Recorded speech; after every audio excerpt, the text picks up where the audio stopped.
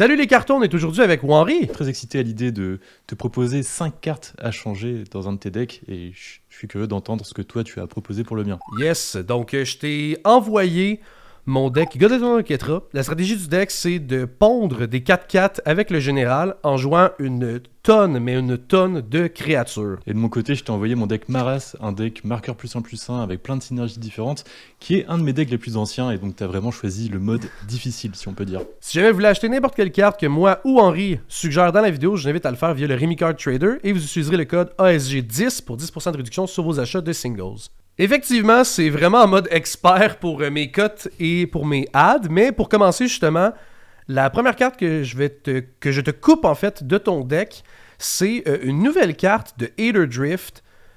C'est Caradora, je crois son nom. Oh, d'accord, oui. Ouais, super difficile à dire, là, mais bref, c'est Caradora Heart of Aleria.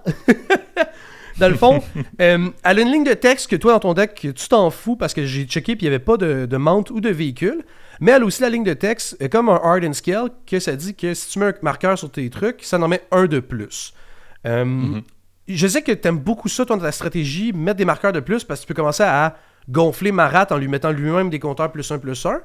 Mais je trouvais que son coût de 4 mana me dérangeait parce que toi, dans ton deck, toutes tes cartes qui font ça, c'est des cartes souvent à 3 mana ou moins.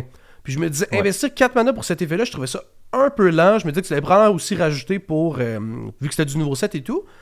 Mais à la place, ce que j'ai décidé de te rajouter, c'est Alena et Alena Partner.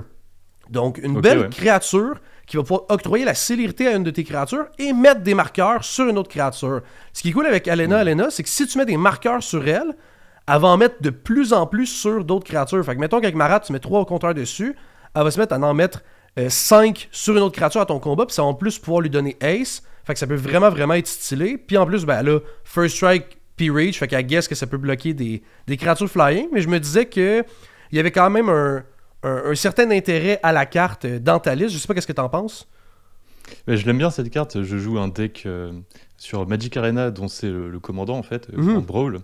Le truc c'est que ça aussi ça coûte 4 mana, du coup c'est vrai que dans mon deck il y a un sous-thème récursion des choses qui coûtent 3 mana et moins, mais pour l'effet de Caradora, en fait j'ai mis dans ma liste toutes les cartes qui ont cet effet là, qui permettent en fait, en multipliant les marqueurs +1/+1, qui permettent à Maras de... tu payes un mana, tu lui retires un marqueur, et tu vas mettre un marqueur sur lui-même. Et en fait, grâce à ces effets-là, il va s'en mettre 2, ça va lui permettre de gonfler. Et les cartes qui permettent de faire ça, il y en a 12 dans Magic, les 12 sont dans ma liste, et dès qu'il va y en avoir une autre qui va sortir, je la rentrerai tout simplement parce que à partir du moment où j'ai une de ces 12 cartes et mon commandant, j'ai un plan de jeu, j'ai même plus besoin de piocher des cartes en fait, je peux juste faire grossir ma race et pinguer des trucs, faire des jetons, renforcer des trucs, tant que j'ai du mana, tant que j'ai des terrains, mon commandant et une de ces cartes là, j'ai un plan de jeu, et plus j'en ai de ce style de ces cartes là, plus ça dégénère.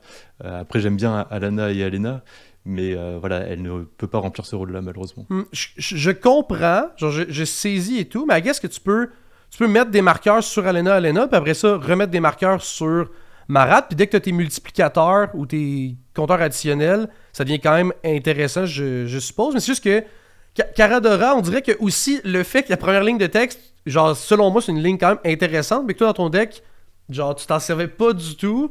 J'étais genre on joue pas de tutor dans mon groupe. On n'a pas le droit de faire des tutors dans mon groupe, donc de toute façon, je m'en fiche complètement de la ligne de tutor. C'est juste un nouvel effet comme ça. C'est pour ça que je joue Doubling Season aussi, qui coûte 5 mana. Ouais, mais 5 oui, mais ça va faire les deux effets de Marat. Ça va être pour les compteurs et pour les tokens. Oui, c'est un peu mieux. Mais bon, en vrai, je fais jamais des tokens avec. Hein. Mais écoute, si je réussis pas à te convaincre, j'avais déjà préparé mon petit couteau suisse de plus, c'était Communal Brewing, qui là en plus coûte 3 mana, puis je sais que dans ta liste, t'as beaucoup de récursions à 3 mana. C'est un enchantement, fait que c'est difficile à remove. Puis, ce que ça va permettre de faire, c'est que dès que tu vas caster des créatures, ils vont rentrer avec des compteurs additionnels équivalents au nombre de cartes qui doivent être piochées à tes adversaires. Toi qui aimes ça, aider tes adversaires, là, tu vas pouvoir choisir ceux qui t'aident. Dans le meilleur des mondes, t'aides tout le monde pour avoir 4 marqueurs +1/+1 sur tes créatures. Mais dès que ça rentre en jeu, là, Communal Brewing, genre tes bêtes, ils rentrent avec tellement de marqueurs sur eux. Genre oui, il faut que tu les castes, mais selon moi, ça pourrait être un autre emplacement à ta Caradora. J'adore la carte. Il faudrait que je trouve une place pour la rentrer. Mais encore Caradora, une fois, s'il y a bien 12 cartes dans le deck qui ne peuvent pas bouger, c'est ces 12 là, tu vois, celles qui permettent de multiplier les marqueurs. J'y toucherai juste pas, c'est le cœur du deck. C'est vraiment les cartes les plus importantes du deck. Et à une époque, il y en avait que 6 ou 7, je me souviens. Et c'était un peu galère de faire tourner le deck. Et quel plaisir de pouvoir se reposer sur cette douzaine-là aujourd'hui. Je comprends. Bon, ben écoute, malheureusement, c'est un échec pour moi, mais écoute, je vais faire pareil comme toi, là, je vais refuser tes ajouts. Écoute, la première carte que je te propose d'enlever, c'est Swords to Plowshares. Pourquoi ? Alors, Swords to Plowshares, c'est une excellente carte, mais bon, c'est pas une créature, ça synergise pas avec ton commandant. Et puis surtout, tu as déjà Eiganjo, Kabira Takedown, Razorgrass Ambush, Winds of Abandon et beaucoup de contrôle déjà. Quand j'ai mis ta liste sur Architect, ça m'a sorti 18 cartes de contrôle, sans compter, je crois que tu as 2 ou 3 pièces de stacks. Donc tu as vraiment une liste ultra contrôle et tu as envie de jouer des créatures. Et du coup, je pense pas que Swords to Plowshares, malgré l'efficacité de la carte, soit particulièrement nécessaire en fait dans ton deck il a déjà un contrôle de fou furieux. Pour remplacer ça, j'aurais pu te proposer Talon Gates of Madara, mais tu m'en avais parlé. Et comme c'est une carte qui coûte un petit peu cher, on va plutôt passer sur autre chose. Et je te propose tout simplement Undo Inversion. Alors, ça serait la seule carte non-créature que je vais te proposer, parce que mon but a été de rajouter des créatures dans le deck. Donc, j'aurais pu dire Hour of Revelation, Devastating Mastery, Farewell, parce que tu joues assez peu de permanents non-créatures, ou même Austere Comment pour tirer parti du côté asymétrique avec les jetons. Mais je trouve que tu manques de terrain. Et un petit peu de Vrasse. Et donc là, ça te fait une 3e Vrasse, ça te fait un terrain en plus. Donc voilà, je trouvais que c'était plutôt solide.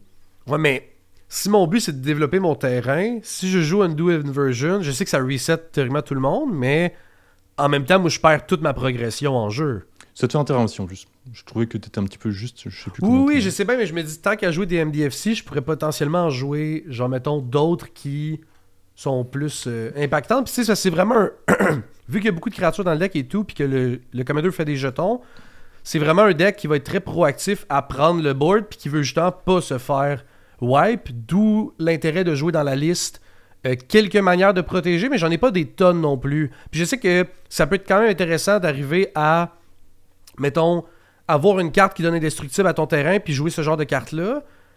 Mais comme j'en ai pas des tonnes non plus dans le deck, là, j'ai Selfless Spirit, j'ai comment ça s'appelle? Le truc de Mage 3, là, le Flare. Le Flare Fortitude. Le Flare Off. C'est ceux que j'ai en tête vite. J'ai la créature de Lord of the Ring à 3 mana. Puis de tête, c'est pas mal ça que j'ai qui donne indestructible à mon terrain. Fait que je me dis, ça va pas tant arriver souvent. Ça coûte 8 mana aussi pour wiper le board. Puis je vais tout perdre. Ça pète tout, non? Ça pète absolument tout. Ça pète tout. Tout. Je perds mes rushs, je perds mes comment ça s'appelle? Mes monuments d'Oketra et compagnie. Tu perds tout. Par contre, God Eternal Oketra, tu peux la récupérer en 3ème position. Et puis juste, t'as 36 terrains en comptant les MDFC. Là, c'est vraiment pas assez, quoi. Si jamais tu joues une MDFC, t'as 35 terrains. C'est chaud, quoi. C'est pour ça, à la base, je voulais ajouter Talon Gates of Madara, qui peut gérer un truc ou protéger un truc, qui est juste excellent. Tu me fais me questionner sur ma liste. Attends, faut que j'aille voir. Si je voulais rajouter un terrain, voilà, ce serait soit celui-là, soit Undo Inversion. Parce que 2 Vrasse, c'est quand même pas beaucoup, tu vois, et tu pourrais monter à 3, parce qu'il y a des moments où tu vas perdre, quoi. Mais comme, ce que j'allais dire, c'est que... c'est quoi, dans les decks de créatures, j'avais déjà parlé de ce topic-là sur la chaîne dans une discussion avec quelqu'un, mais c'est que même quand tu joues des decks de créatures, je trouve que ça reste important de quand même mettre quelques éphémères dans ton deck qui peuvent être de la gestion, parce que sinon, toute ta stratégie est Sorcery Speed, puis t'as pas manière d'aller interagir avec les autres si jamais il arrive quelque chose. Tu sais, oui, j'ai Solitude, mais au-delà de ça, mes créatures, ça va vraiment être Sorcery Speed qui vont pouvoir gérer quelque chose, puis ça reste bien. Mais des fois, le monde peut avoir une créature qui rentre avec Haste ou de quoi qui se passe instantanément, puis j'ai besoin d'avoir cette gestion-là, fait que... Mais c'est pour ça qu'à la base, je partais sur Talon Gates, qui fait mais ça. Je suis intéressé à jouer Talon's Gate. En plus, je joue, comme on avait parlé, je joue Weathered Wayfarer, qui pourrait aller tutoriser le Talon Gate, fait que c'est encore plus cool. Merci à tous nos dieux qui supportent la chaîne, le Reg, Little Cracking, Phil et Ethan, et un gros merci à nos dieux pharaons, Lynx, Fenzi, Newin et nouvellement transcendé, Davina Jones. On va passer à mon prochain cut pour toi. Là, je sais que tu vas tout de suite commencer à dire, mais ça coûte 3 mana, je peux faire de la récursion avec tous mes sorts de récursion qui ramènent à 3 mana. Mais, j'ai décidé de couper de ta liste 4 Nox. Ok, ouais. Ça coûte 3 mana, ça va avoir Vanishing 4, et à ton pre-combat main phase, tu piges une carte. Fait que c'est un genre de Friction Arena qui finit par mourir après 4 tours, à moins que tu proliferate ou que tu le ramènes en jeu finalement. La seule affaire, c'est que ce que j'aime pas, c'est que justement, c'est un Friction Arena, au sens où il va te faire piocher une carte uniquement après un tour de jeu, il coûte 3 mana, late game, ça va pas faire grand-chose. À la place, je décide d'y aller pour une carte plus proactive de pioche. Oui, tu ne pas la Raker, mais Armorcraft Judge dans ta liste va être incroyable. Tu as déjà des cartes qui rentrent avec des marqueurs +1/+1. Ton but de ton deck, c'est de mettre des marqueurs sur des créatures. Si tu rajoutes le Communal Brewing de tantôt, toutes tes créatures vont rentrer avec des marqueurs. Fait que quand ton Armorcraft Judge va être casté, va toucher le terrain, tu vas littéralement piocher peut-être 4, 5, 6, 7, 8 cartes avec son effet. Je trouvais qu'il était super intéressant. Oui, il n'y a pas l'aspect de récursion vu qu'il ne coûte pas 3 mana ou moins. Mais pour de vrai, pour avoir vu cette carte-là dans des decks de marqueurs, c'est une des meilleures cartes selon moi. Ah, c'est pas mal. Hein. Ça me dérange pas d'enlever Fornox, qui est juste un piocheur qui synergise bien avec mes 6 cartes de récursion, mais rien de plus. Après, moi j'aime bien le fait que ça pioche une carte par tour, hein, ça fait piocher 3 pour 3. Bon. Le problème En fait, le problème de Maras, c'est que les marqueurs ils partent vite. Et au début, j'avais beaucoup de pioches qui étaient basées sur l'effet de Maras. Mais j'ai un petit peu freiné là-dessus parce que si tu dois dépenser ton mana et tes marqueurs pour piocher, ton Maras il est plus très bien rechargé au moment où tu pioches un truc qui va te permettre d'essayer de gagner. Mais j'avoue que l'effet a l'air assez énervé quand même. Tu peux piocher du 3-4 cartes d'un coup. Donc je pense que ça vaut le coup de l'essayer. Écoute, ça me dérange pas d'enlever Fornox, donc pourquoi pas rentrer ça à la place. Yay! Puis si tu inclus d'autres cartes... À voir si j'arrive à voir si j'arrive en fait, à produire un board avec suffisamment de marqueurs +1/+1, parce que malgré le fait que Maras fasse ça, j'ai pas énormément de cartes qui mettent des marqueurs sur mes créatures. Je dois en avoir une poignée, mais à tester, écoute, à tester, c'est intéressant. Mais c'est ce que je me dis, si tu rajoutes des cartes qui font de la synergie marqueur, comme la Alesha ou le Communal Brewing, ça devient tellement impactant avec ça, mais tu sais, t'en as quand même plusieurs des cartes dans ce style-là, de genre, tu sais, Scholar of New Horizon, il rentre avec un marqueur, Arwen fait que tes créatures rentrent avec des marqueurs. T'en as quand même quelques-unes, tu sais, la Elia se met des marqueurs par elle-même, le Railway Brawler va mettre... Brizzly Bill, fait que, tu sais, je me dis, t'es quand même dans une stratégie où est-ce que ton deck est censé mettre des marqueurs de base, même sans le chef, un peu. Donc, un peu, ouais. Moi, je vois un monde où est-ce que la carte, littéralement, elle va être beaucoup plus impactante que Fornox, puis il va te faire piocher d'un coup un burst de 4, 5, 6 cartes. Là. Ouais, carrément. Bah, je vais la tester. Yay! On a réussi, la gang! On a réussi! Le deck super difficile à Wanry! Wouh! C'est mon tour, du coup? C'est ton tour, du coup. Je te propose de retirer une autre carte qui n'est pas une créature et dont tu n'as pas besoin, comme sur Shares, c'est Arcane Signet. Ça n'a aucune synergie dans ton deck, et on va remplacer ça par de la rampe de créatures. Et alors, là, pour le coup, les suggestions que je vais te faire au cours de cette vidéo, c'est plutôt de la rampe de créatures, parce que ça te fait des 4/4 en même temps que ça te rampe.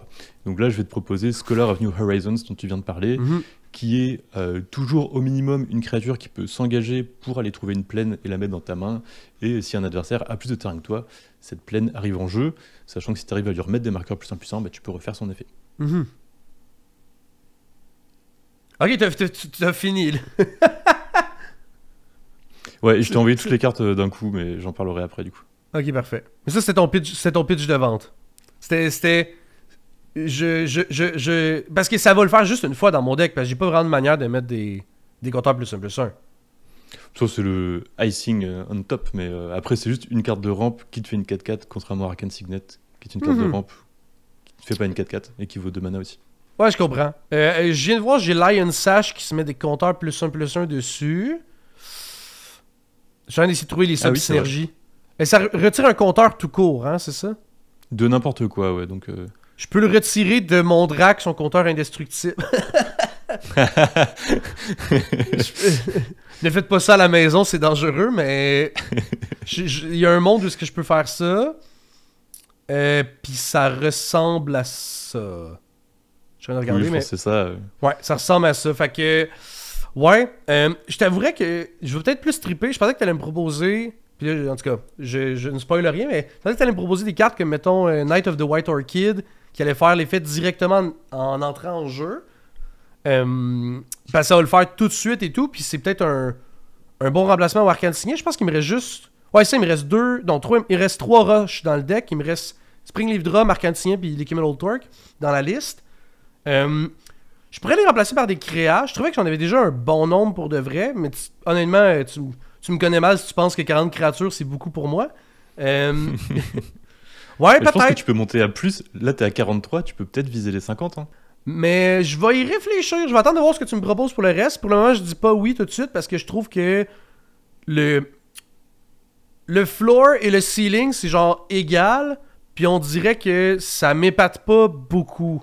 Mais je suis Le prêt ceiling n'est pas égal, ça te fait une 4-4. Ok, non, mais. Ok, non, mais. Si mon commander est en jeu, oui, effectivement, mais mon point c'est. Ok, non, mais je parle pas par rapport à Arcane Signet, je parle la carte en tant que telle, au sens où. Elle va pas pouvoir. Genre, c'est le genre de carte que généralement tu veux la mettre dans un deck de compteur pour qu'elle refasse son effet plein de fois, mais là, ce sera pas le cas dans mon deck, par exemple. Fait qu'on dirait que je suis genre. Mais j'apprécie la suggestion. Moi, je la joue dans 100% de mes decks qui sont blancs et qui n'ont pas de vert. Voilà. Ouais, mais toi, t'es un gars qui rampe pas avec des mana rock parce que tu joues des Undo Inversion dans tous tes decks. Oui, mais là, c'est juste parce que je sais que toi, t'as pas forcément ça. Mais comme ça fait une 4-4, c'est juste strictement mieux à partir du mid-late game que Arcane Signet qui fera juste rien, quoi. Ouais, tout à fait. On va passer à ma prochaine suggestion. Puis là, on tombe dans ma petite suggestion vraiment cool. Genre, selon moi, c'est ma carte préférée de la liste que je te propose. La carte que je te propose de couper, c'est Shared Animosity. C'est une carte à 3 mana qui dit que dès qu'une créature que tu contrôles attaque, elle va gagner +1 attaque jusqu'à la fin du tour pour chaque type qu'elle partage avec d'autres créatures attaquantes. C'est ça? Ouais, c'est ça, exact. Fait que, quand j'ai vu la carte dans ton deck, au début, je me suis dit, mais pourquoi est-ce qu'il joue ça? Genre là, j'ai comme pas compris l'intérêt. Puis là, j'ai fait, ah oui, c'est vrai, il fait des élémentales. Fait que, il va pouvoir les buffer pour qu'ils deviennent peut-être des 4-1, des 5-1, des 6-1, whatever. Mais je me disais que c'était quand même un setup où est-ce que tu devais avoir beaucoup d'élémentales et donc que tu n'avais pas fait la synergie marqueur qui, selon moi, est un des trucs les plus intéressants à faire avec Marat ou le dégât si tu lui donnes Death Touch Lifelink.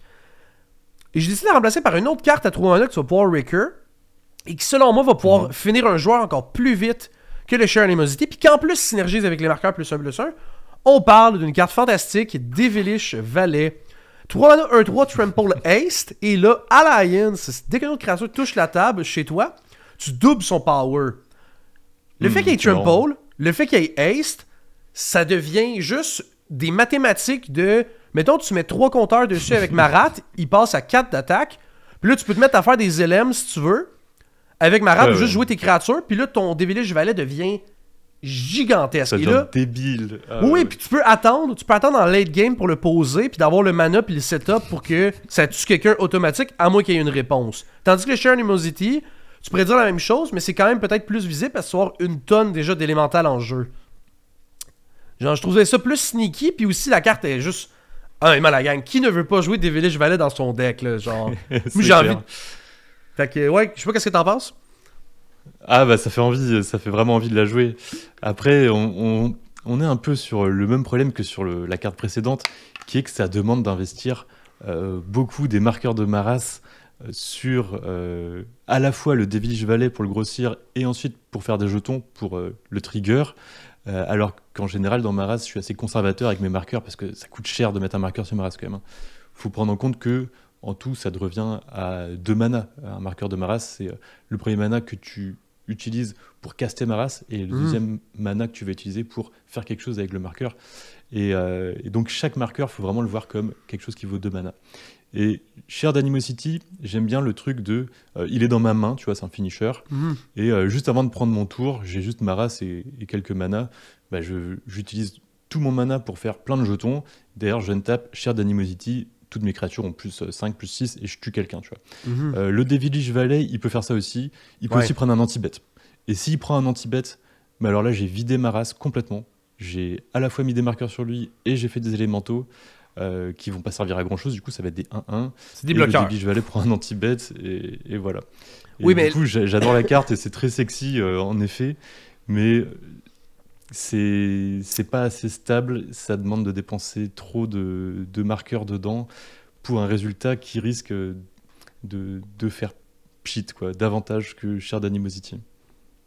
Aïe, aïe, aïe. Oui, mais ça, si le monde attend qu'ils deviennent immenses, Play Swords to Plowshare, tu gagnes genre infini vie, là. T'as gagné la game? T'as gagné la game? Oui, dans le cas de Swords to Plowshare. Après, c'est vrai que dans ma méta, il n'y a pas grand monde qui joue Swords to Plowshare, tu vois, mais j'ai envie... En fait, le problème de Maras, c'est que c'est un deck qui est très... qui peut s'adapter à plein de styles de cartes, et qui peut rendre plein de cartes très fun et très cool et tout. Et du coup, t'as envie de jouer tellement de cartes dedans, mais il faut faire des choix. Et Devilish Valley, j'avoue... Essaye là! De la jouer dedans. Hein. Ok, là, la gang, dans les commentaires, vous devez spammer Henry de jouer des Village Valley parce que la carte est trop, genre, fantastique, là. Spammez-le, genre, allez sur sa chaîne, commentez sur chaque vidéo des Village Valley. Il faut qu'il rentre dans son deck Marat. Alors, en vrai, ça fait envie. Enfin, c'est vrai que le scénario où ça se passe bien, il est incroyable, mais... Puis en plus, il coûte 3 mana, fait que si tu le récures... Il va tout de suite pouvoir attaquer parce qu'il y a Ace et Trample, il y a tout, qu'est-ce que tu veux. Oui, il meurt à un anti-bite, mais c'est le pire argument. Tout le monde dit tout le temps, cette threat-là meurt genre à dice to removal, mais comme au final... Mais c'est pas du tout ça. C'est pas du tout ça l'argument, c'est que c'est une carte qui demande de vider les compteurs de Maras. Oui, mais c'est très précieux cool. Les compteurs de Maras. Il y a quelqu'un qui donne un marteau pour qu'il tape du monde, c'est trop stylé. Le gars, il est juste là, il est prêt à être engagé, là. Mais c'est juste, voilà, j'aimerais bien la jouer, tu vois. Mais les gens, vous savez quoi faire. Il y a des cartes moins risquées, quoi. Les gens, vous savez quoi faire. Je suis prêt. Les gens, vous savez quoi faire. Ok, good. Pense à ta prochaine carte pour que je cool down parce que je suis trop excité là. Du coup, la prochaine carte que je te propose d'enlever déjà. Ouais. C'est encore une fois une carte non créature. Je n'enlève que des non créatures pour ajouter que des créatures et un terrain. C'est Sword of Fire and Ice. C'est une bonne carte en soi de commandeur, hein, mais c'est beaucoup trop de travail pour piocher 5 mana avant de piocher une carte. Je veux dire, face à ça, l'enchantement que tu me proposais d'enlever, la Fornox, c'est ultra puissant, tu vois, comparé à ça. Donc soit tu as ce fait de piocher pour 5 mana la première carte, c'est lourd. Deuxième truc, oui, tu peux mettre 2 blessures, mais tu as déjà 18 cartes de contrôle dans ton deck, donc tu n'en as absolument pas besoin. C'est pas une créature. L'argument qu'on pourrait m'opposer, c'est que tu as une carte qui permet de tutor des équipements dans ton deck, la Stoneforge Mystique. Ouais. Mais ce que je répondrais à ça, c'est que tu as déjà Skullclamp parmi les équipements de pioche que tu peux aller tutor et qui est juste largement meilleur. Donc voilà, je pense que c'est pas du tout une carte indispensable dans ton deck, en tout cas, ni au rayon pioche, ni au rayon contrôle. Et à la place, je te propose de rentrer le Cartographer's Walk, donc exactement comme la carte précédente. Une carte que tu vas jouer tour 2 et qui va te permettre de ramper tour 3 pour sortir ton général tour 4. L'avantage de Cartographer's Walk, c'est que lui, quand il connecte avec un joueur qui a plus de terrain que toi, il revient dans ta main, et tu rampes une plaine, n'importe quelle plaine d'ailleurs, et donc tu vas pouvoir le rejouer. Et donc en fait, ça va être une carte de rampe. Moi, ça m'est déjà arrivé de ramper 5 ou 6 fois avec Cartographer's Walk, parce que j'avais bien arrangé mes terrains. Mais là, en plus, tu vas pouvoir refaire des 4-4 quoi, avec ton général. Donc encore une fois, voilà, une carte de rampe sous la forme de créature, qui n'est pas une carte morte en fin de partie. Ouais. Tu vois, déjà là, j'aime mieux l'addition. Parce que là, je vois très bien le scénario où est-ce que le Cartographer's Hawk revient dans mes mains, puis qu'au final, je m'en fous un peu de ramper, c'est juste pour me refaire une 4-4 de plus. Puis j'ai 2 Reducers dans le deck qui réduisent mes créatures de 1 mana. Fait que le rejouer de ma main, c'est pas tant dérangeant vu qu'il coûterait 1 dans ces cas-là. C'est une petite bête avec flying, fait que c'est quand même cool pour... tu peux l'utiliser comme bloqueur éventuellement aussi. Parce que mon deck a pas tant de flying que ça. Ouais. Puis ouais, non, honnêtement, je l'aime déjà beaucoup plus que le Scholar of New Horizon. L'argument que t'as pas dit pour l'épée, parce que moi je trouve, là les gens vont peut-être m'aider dans les commentaires et tout, puis à la maison, là, mais Sword of Fire and Ice, dans ce deck-là, c'est pas juste 2 dégâts payés une carte.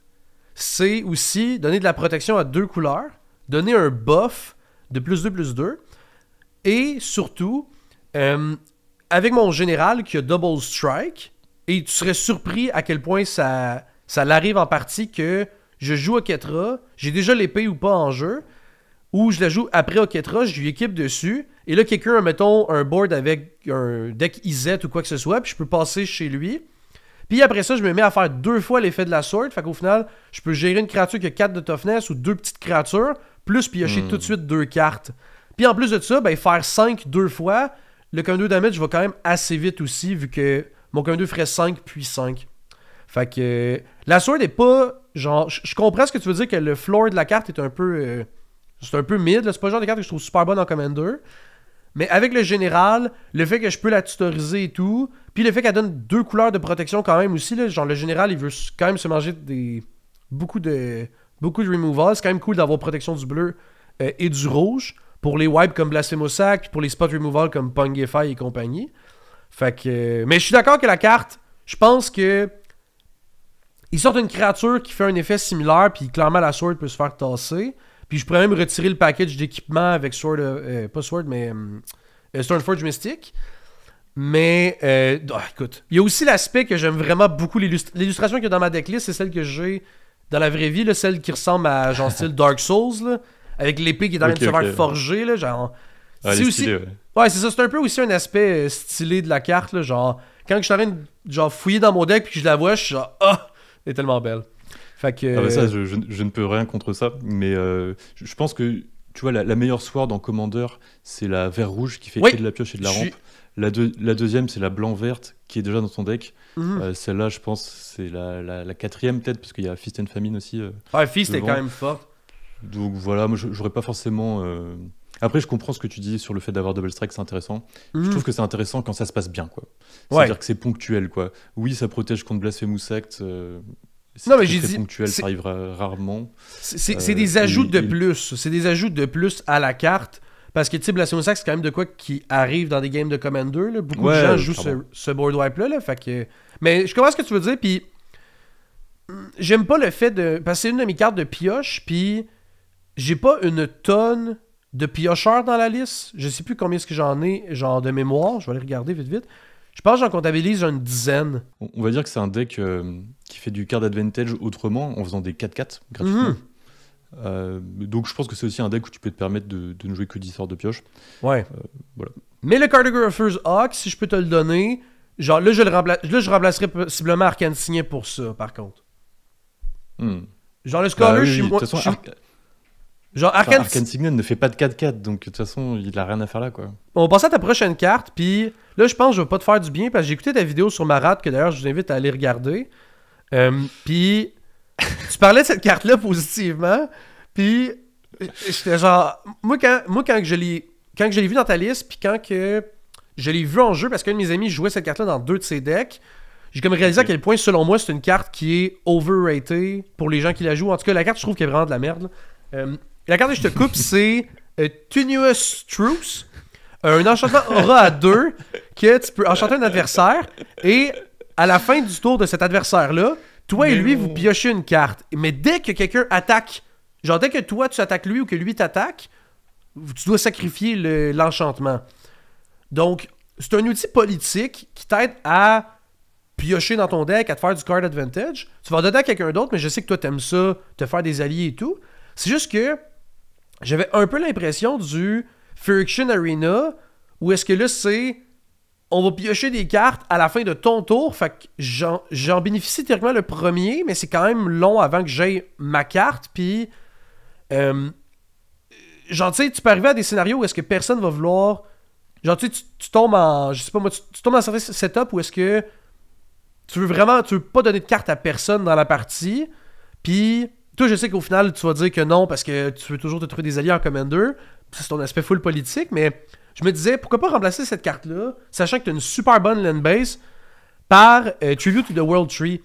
Ça coûte 3 mana verts, et dès qu'une créature rentre en jeu sur ton contrôle, tu piges si elle a 3 d'attaque ou plus, ou tu mets 2 marqueurs dessus. Encore dans l'idée de faire en sorte que tes cartes rentrent avec des marqueurs, parce que, comme tu l'as dit, des fois c'est difficile de mettre des marqueurs sur tes créatures, mais en mettant des cartes comme le Alena que je te proposais, ou le Communal Brewing, ou là dans ce cas-ci le Tribute, ça va justement t'aider à ce que ta stratégie fonctionne, même si Marat est pas super efficace ou qu'il se fait gérer. Puis en plus, ça a l'avantage d'être une carte de pioche dès que tu joues Marat ou dès que tu joues d'autres cartes. Puis comme j'ai dit, je trouve pas que c'est un bon contre-argument de dire que ça coûte 3 verts, parce que vous regarderez la land base à Wanry, puis yo, des fetch, des chocs, triomphe, etc. Genre, oui, ça... Il y a les Surveillance aussi, je pense, là, fait comme... Tu vas être correct en masse pour tes colorités. Tu sais, oui, ça coûte 1 mana de plus, mais encore une fois, ça coûte 3 mana, fait que tu peux le recur avec tous tes sorts de récursion 3 mana au moins. Alors, je vais te répondre, mais alors ce qui est très rigolo, c'est que, en fait, là, on est en train d'enregistrer une première vidéo. Ensuite, on va enregistrer une autre vidéo où on va essayer de se vendre Oh trois non! cartes méconnues. Non, non, non! Et cette Non! carte-là faisait partie de ma liste. Donc maintenant, je vais devoir en changer parce qu'apparemment, tu ne l'aimes pas, donc je pourrais pas te la vendre. Oh non! C'est Voilà. quand même... C'est tellement Petit- drôle! Petit behind the scenes. En effet, le fait que ça coûte 3 mana verts n'est pas forcément un problème. Bon, peut-être que je la sortirai rarement tour 3 quand même. Donc c'est un petit peu... c'est un petit défaut, mais c'est pas un gros défaut. Des créatures qui ont 3 de force ou plus dans mon deck, il y en a 7. Donc de toute façon, à part ma race, tu vois, j'ai presque jamais le trigger. Et puis surtout, Tenuous Truce, c'est juste trop fort. Et en fait, je sais que t'aimes pas les Phyrexian Arena. Ouais. Moi, il y a eu une période... Non, comme tout le monde, j'ai commencé le Commander. Je me suis mis à jouer Phyrexian Arena. Ensuite, je suis monté en power level et tout. J'ai découvert des cartes plus puissantes. Et je me suis dit, Phyrexian Arena, c'est nul. Tu payes 3 mana, tu vois qu'une seule carte, il faut attendre longtemps. Ouais. En fait, je me suis rendu compte que ces cartes-là, elles sont bien quand on a plusieurs. C'est pour ça qu'il y a et Fornox et Tenuous Truce et des trucs comme ça. Tenuous Truce, il est vraiment très très bien parce qu'en fait, tu vas enchanter un adversaire qui est dans la mouise et tu vas le relancer en fait. Ça va te permettre de relancer un de tes collègues pour aller s'en prendre à l'arch-ennemi. Si jamais tu ne veux plus qu'il pioche, tu l'attaques.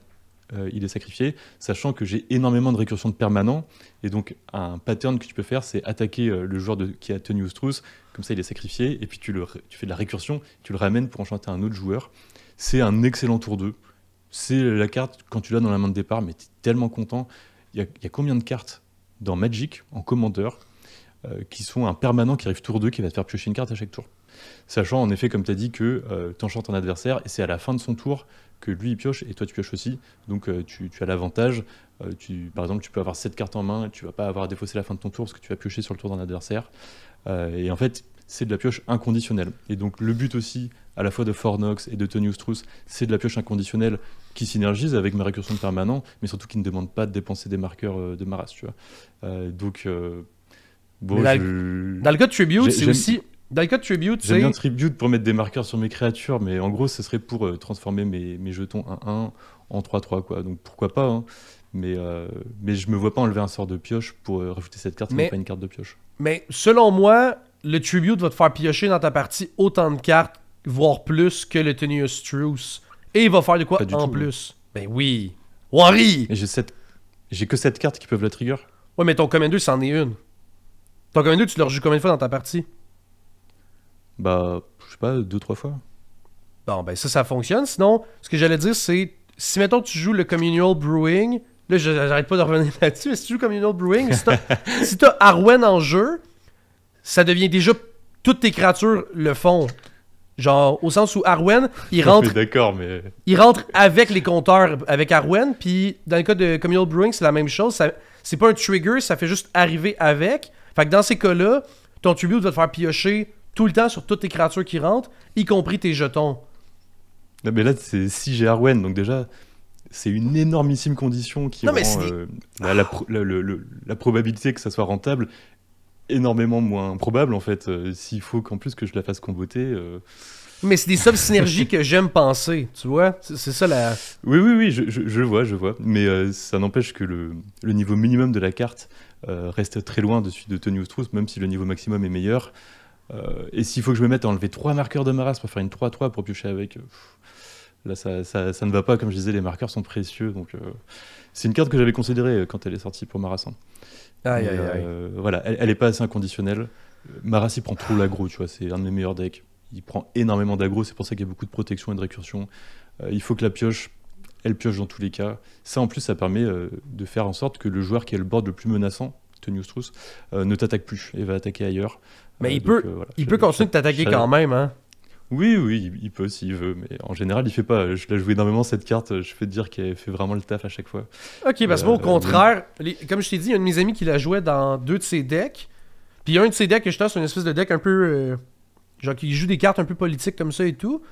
Puis moi, à chaque fois à chaque fois que j'ai vu cette carte-là en jeu, ça faisait juste fall into pieces, super. Désolé pour l'anglicisme, mais ça tombait en pièces super rapidement parce que, genre, soit un des deux mourait, ou bien Genre, il était juste... Ça leur donnait juste pas assez de gaz pour revenir, même s'il était en position, genre, on met ça contre l'arch-ennemi, parce que ça fait piocher les cartes super tard, là. C'est pas comme, mettons, un Secret Rendezvous, que ça donne tout de suite, c'est quoi, 3 cartes à chaque joueur? 2 cartes?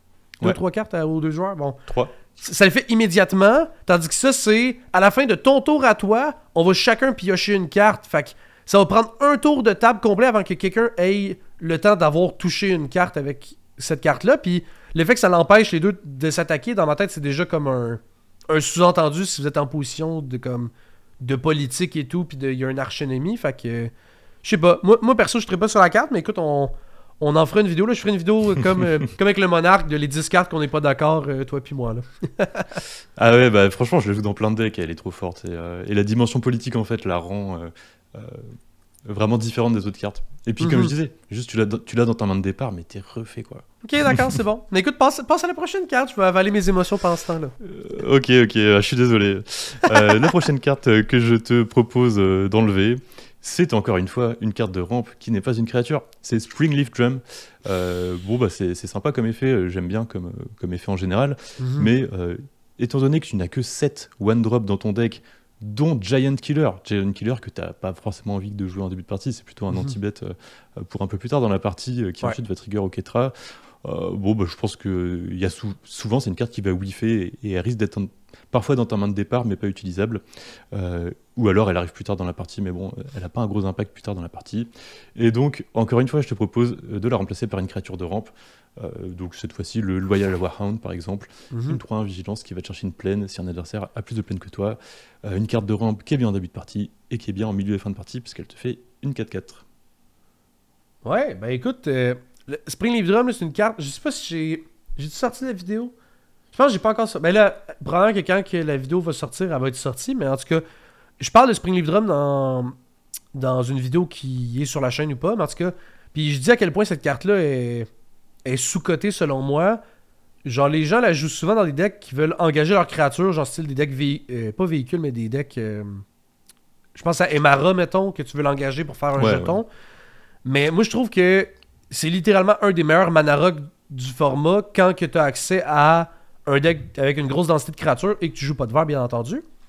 Puis là, moi, dans mon deck, tu parlais des one-drop, mais c'est pas vrai parce que il y a le monde aussi où est-ce que je joue le Springleaf Drum tour 1 et qu'après ça, tour 2, je joue une bête et tout de suite après ça, ma bête devient un mana rock. Genre parce que là, je peux à chaque tour l'engager. Puis j'ai beaucoup de petites créatures utilitaires dans le deck, comme mettons Deep Gnome Terramancer, Sand Scout, Stoneforge Mystic, etc. que je voudrais pas nécessairement genre utiliser pour attaquer, peut-être pour bloquer et tout, mais là, je peux juste les utiliser pour faire du mana à chaque tour. Puis c'est juste comme pratique de le faire. Ou tu sais, mettons les SP Sentinelles, tu les utilises pour produire du mana parce que tu veux jamais bloquer avec pour pas le perdre. Fait que tu donnes une deuxième vie à ces cartes-là. J'aime vraiment beaucoup, beaucoup Springleaf Drum. C'est une des premières cartes que je rajoute dans les decks des gens quand j'ai l'occasion puis que ça fit un minimum. Là, mais ouais, pour le Loyal Warhound, tu sais, depuis le début, tu me proposes de la rampe de la rampe sur des créatures. Je pense que je préfère encore le Cartographer's Hawk au Loyal Warhound. Parce que il peut le faire plusieurs fois. Puis il a Flying. Puis il revient dans mes mains.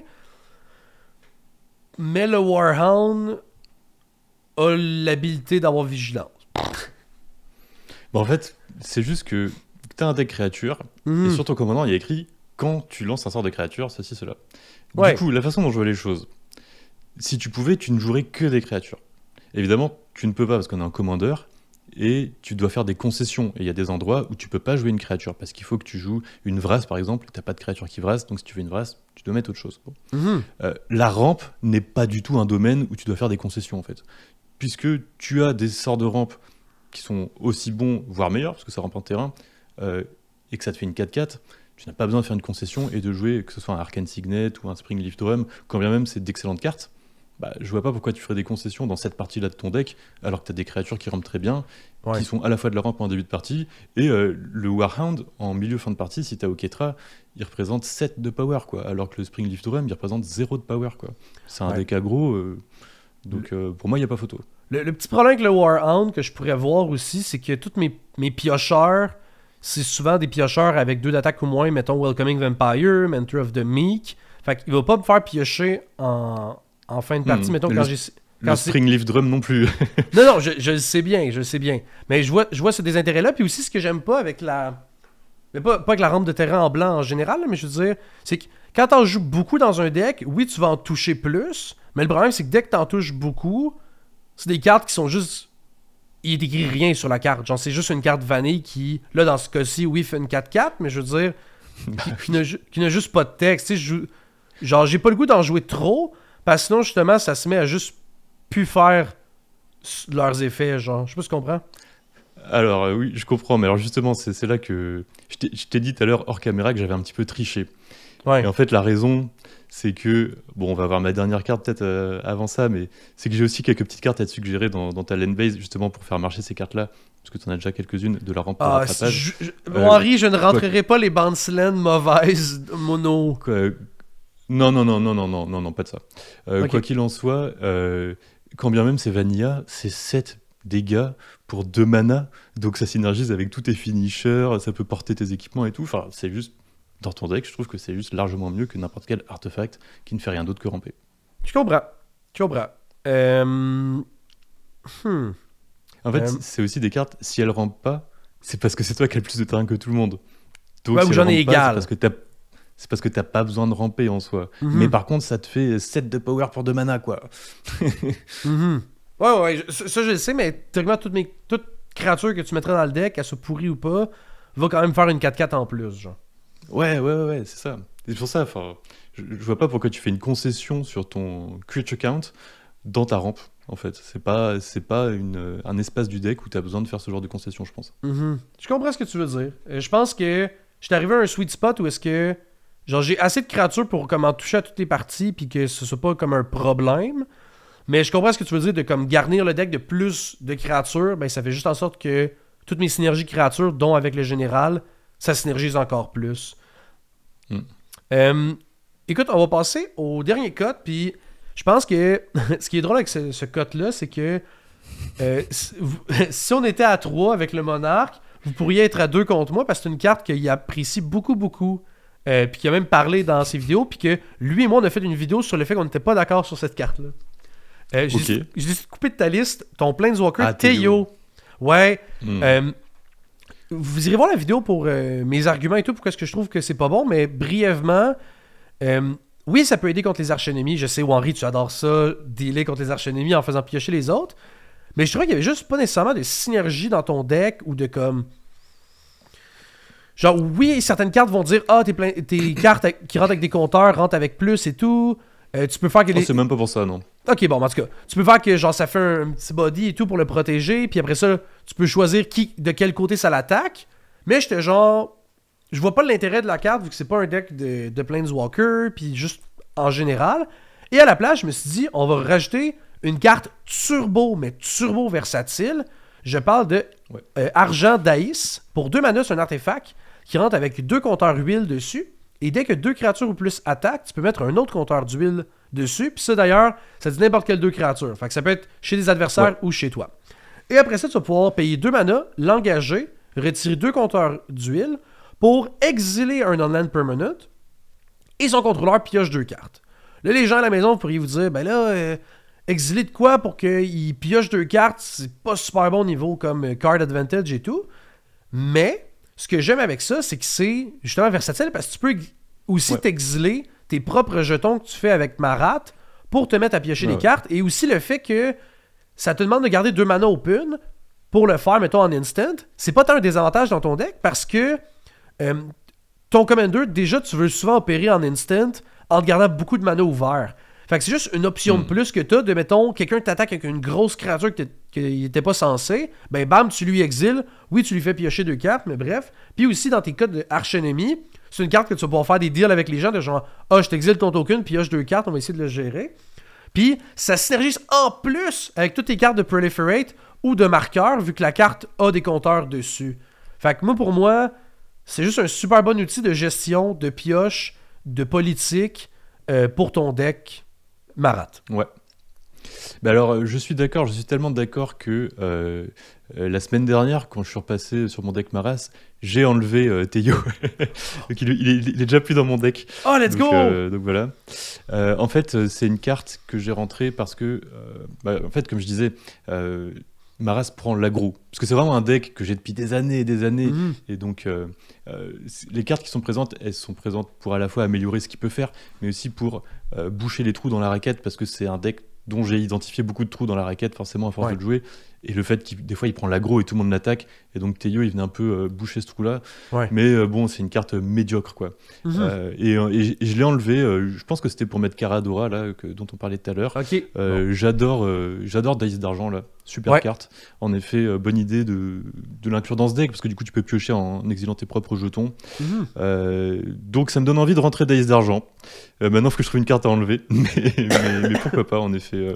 Oh, let's go! En plus, ça gère tout, quoi. Et des effets qui gèrent Ouais. tout dans mon deck, j'en ai pas énormément. Ouais, J'en ai ben c'est qu'un, ça. en fait. Ça rajoute de la gestion, puis qui est versatile, parce que ça peut être de la pioche. Puis pour de vrai, j'ai pas l'impression que l'aspect « Ah, faut qu'il y ait des marqueurs dessus », ça va être un problème à cause de toutes tes sub-synergies, plus le fait que de base, il rentre tout de suite avec 2 huiles. Puis dès que 2 créatures attaquent, Bah en ouais. général, ça en remet un. Fait que... Parce qu'en plus, ouais, à la fois, j'ai des permanents qui vont multiplier les marqueurs qui se mettent dessus, et à la fois, j'ai un deck très basé sur des permanents, donc je peux trouver 2 créatures pour attaquer régulièrement, je pense, quand même.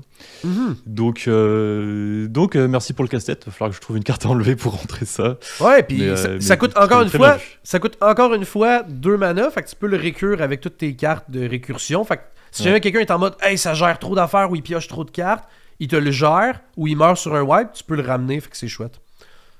Et tu peux même exiler Maras, parce que ça m'est déjà arrivé de me faire enchanter Maras et il Ah, perd ben toutes oui. ses capacités. Et là, Mhm. j'ai perdu la game, tu vois, ça m'est déjà arrivé. Ou alors un truc qui arrive aussi des fois, pour une raison ou une autre, ton Maras tombe à un marqueur et donc il peut plus s'augmenter lui-même. T'es Ouais. obligé de le faire mourir pour pouvoir le relancer et tout.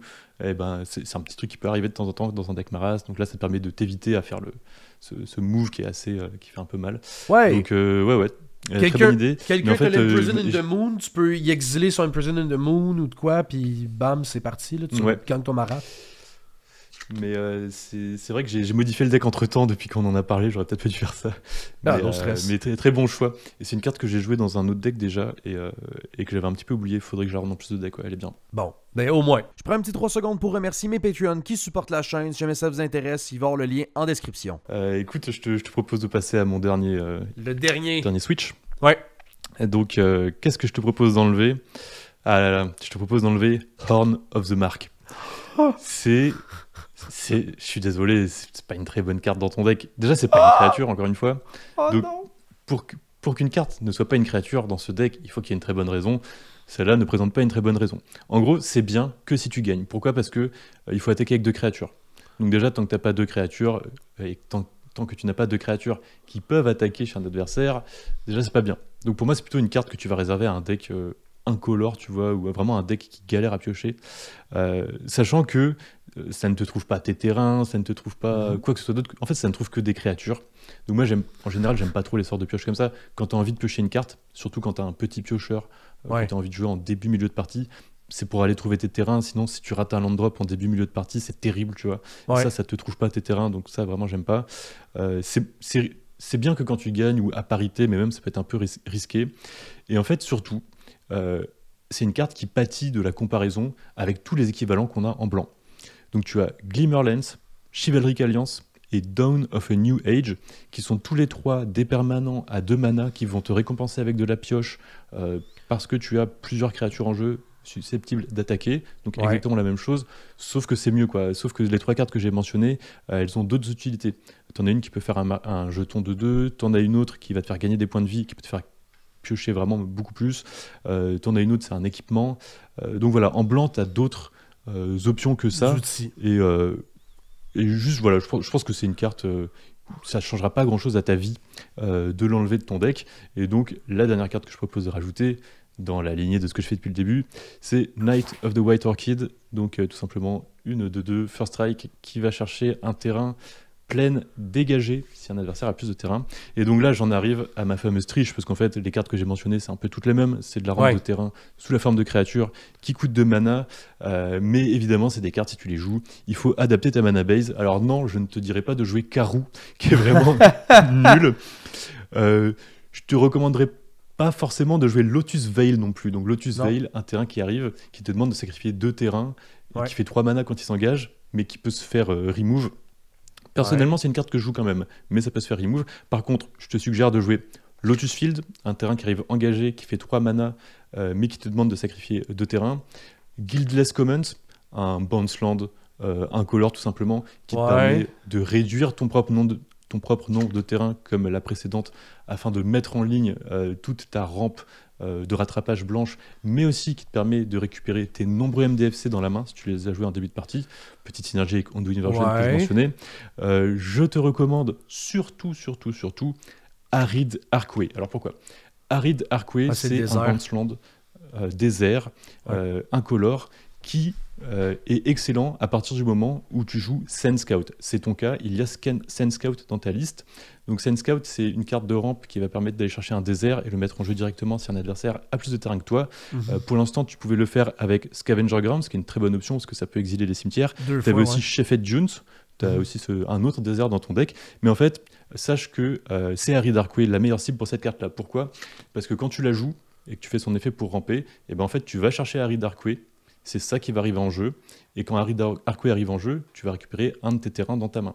Et donc, en fait, ça fait de Sand Scout la meilleure carte de rampe blanche, nettement devant n'importe quelle autre carte de rampe blanche, parce que non seulement ça te rampe un terrain, mais en plus, ça te fait piocher un terrain. C'est un genre de cultivate dans l'idée. Et donc, exactement, en fait, ça transforme Sand Scout en cultivate, sans compter en plus son effet qui fait des jetons quand tu as des terrains qui vont au cimetière. Ça, c'est secondaire. Mais du coup, voilà, à partir du moment où tu joues Sand Scout, pour moi, il faut jouer Arid Archway. Et si j'étais toi dans ce deck-là, et que je mettais toutes les créatures de rampe dont je viens de parler, qui ont encore une fois l'avantage de faire des 4/4 contrairement au reste des cartes de rampe, eh bien je jouerais tous les terrains que j'ai mentionnés.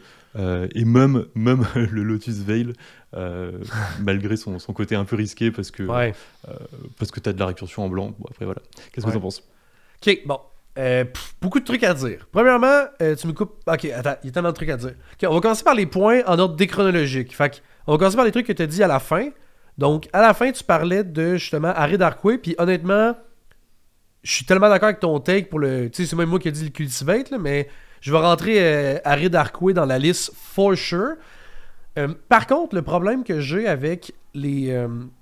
Jouer beaucoup de laine comme ça, mettons, qui tape pour du colorless, c'est que souvent, je me ramasse à pas produire mes couleurs. Ça va paraître stupide parce que j'ai un deck monocouleur, mais ça, c'est un deck qui demande quand même beaucoup de colorité parce que dès que j'ai un de mes reducers en jeu, donc soit mon Pearl Medallion ou mon Monument de Ketra, toutes mes créatures vont coûter juste du blanc à jouer ou pratiquement juste du blanc avec un peu de générique.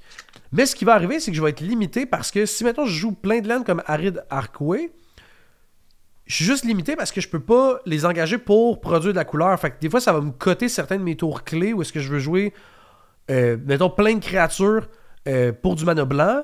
Puis là, je pourrais me mettre à quasiment Storm dans l'idée. Mais là, je pourrais pas parce que j'ai des Scavenger Grounds, j'ai des laines dans ce style-là qui produisent juste du colorless. Genre de tête, j'en ai quand même une couple. Là. J'ai War Room, High Market, Gaia Reach Sanitarium, Demolition Field, Fountain Port, Mirad Landscape, Pit of Offering pour synergie avec Scampering Surveyor. Mais, tu sais, c'est juste que il y a des cas de figure où est-ce que ça arrive que je produis littéralement comme pas mes colorités assez. Fait qu'il faut juste que je fasse attention avec les laines colorless dans cette liste-là, vu que j'ai quand même beaucoup de bêtes qui demandent 2 pipes de blanc pour les jouer, dont mon Commander d'ailleurs. Fait que ça, c'est un de mes petits contre-arguments / juste trucs à noter de pourquoi est-ce que je joue pas, mettons, le Guildless Common. Là, ce que j'aime avec le Arid Archway, c'est qu'il y a une autre sub-synergie quand même intéressante. Après ça, qu'est-ce que tu avais dit? Tu avais parlé de Knight of the White Orchid. C'est une des cartes que je considérais rentrer pour coter, mettons, mon arcane signé. La seule chose, c'est que là, avec ce que tu m'as proposé, je préfère quasiment le Cartographer's Hawk, je pense, personnellement, peut-être. Oui. Genre, vu qu'il coûte justement une pipe de blanc, fait qu'il peut être réduit. Le fait qu'il y a flying, le fait qu'il va revenir dans mes mains.